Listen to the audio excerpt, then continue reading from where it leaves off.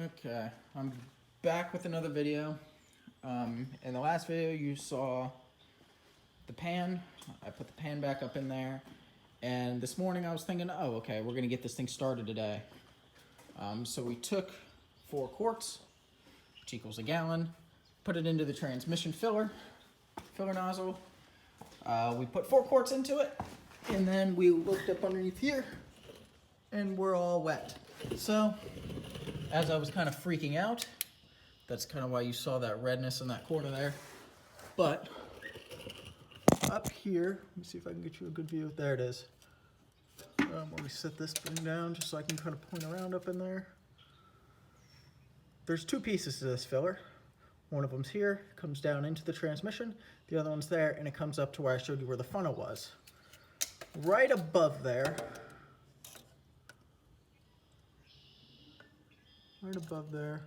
right above there's a little hole. I don't know if you can see it, but that would be the top piece that the hole is in. But with how rusted that bottom piece is, I'm probably just gonna end up replacing both just to be safe with it, because I have time to do it and while everything's still out and whatever. So this video will actually be about how to replace both of those pieces. The first part, I don't know which one will be which, whether I'll do the bottom piece first and then the top piece, but it'll be about how to replace both of them. What we're gonna do to get this transmission filler out is we're gonna do the bottom section first, which I can actually show you what that is. So, here it is. This is the bottom section of it that actually goes into the transmission. There's a little tool for it right here. You kind of fit it around it and then kind of hammer it down on the top, this portion here, to get that down in there, because it's pressed in, so you got to actually press that in. This right here, the people at the parts place where I got this all from, he actually loaned it to me because I've been there so many times. If you can't do that, then I've seen people take a threaded rod and shove it all the way through and then kind of tighten it down with a ratchet. But right now what we're going to do is we're going to take that over there with this 1/2-inch socket, and then we're going to drain all the fluid out of the pan and then drop the pan down with the 10mm socket, and I have 2 new bolts on there which are 12mm, so we drain all that fluid out and then I'll drop the pan. Sitting over there, it's just chilling.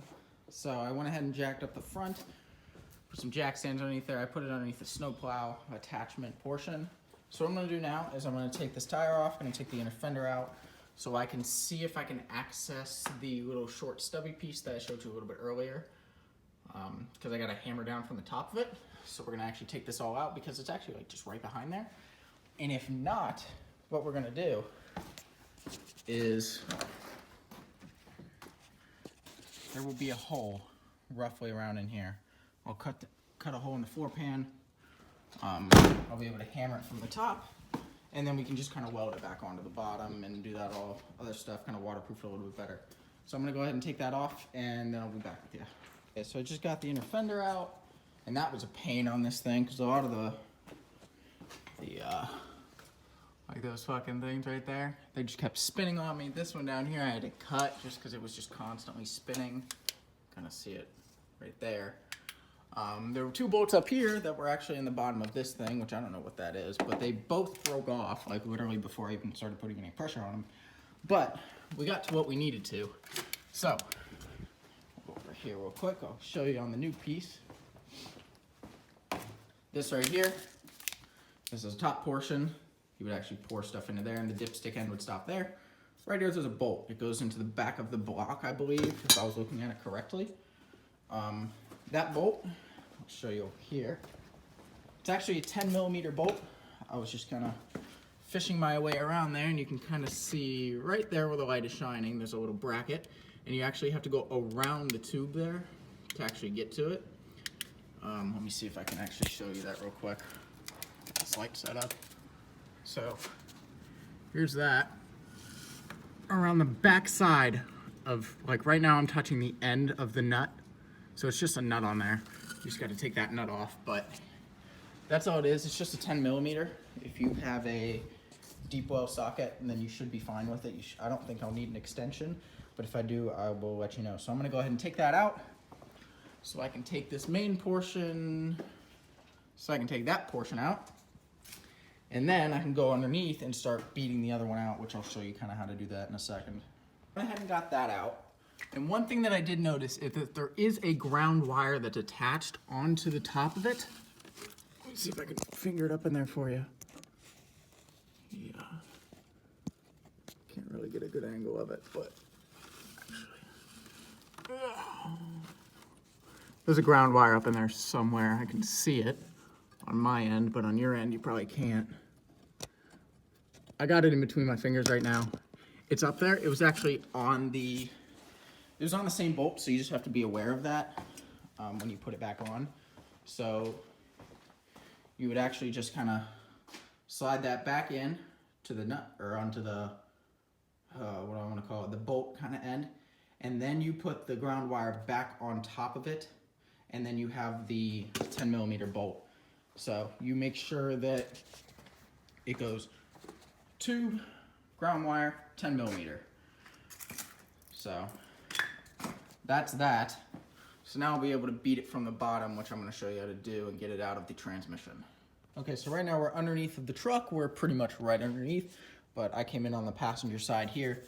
You saw in the last episode that there's the screen, you got the gasket going around, but that's not on there right now. Right up here in the top corner, there's a little hole. That's where the fill comes in at. So what you're gonna do is you're gonna take a 1/2" socket with a little extension on it, and I've already beaten mine out, as you can kind of already tell. You're just gonna sit the socket right inside of there, and then you're gonna just hit it a couple times with a hammer. It doesn't take too much to get it out, but it came pretty much right out. As you can tell, it's up here now. So now I'll be able to actually pull it from the top and kind of pull it out that way. And then putting it back together is pretty much the opposite, except we're gonna use that little tool there, and then we're gonna do it one piece at a time instead of both at a time. So we're gonna pull it out of the top just to clear up the space, and then we'll kind of look at our options for putting this next little piece back down in here. Instead of trying to pull it from the top here, I just went inside of the wheel well and pulled it down from there.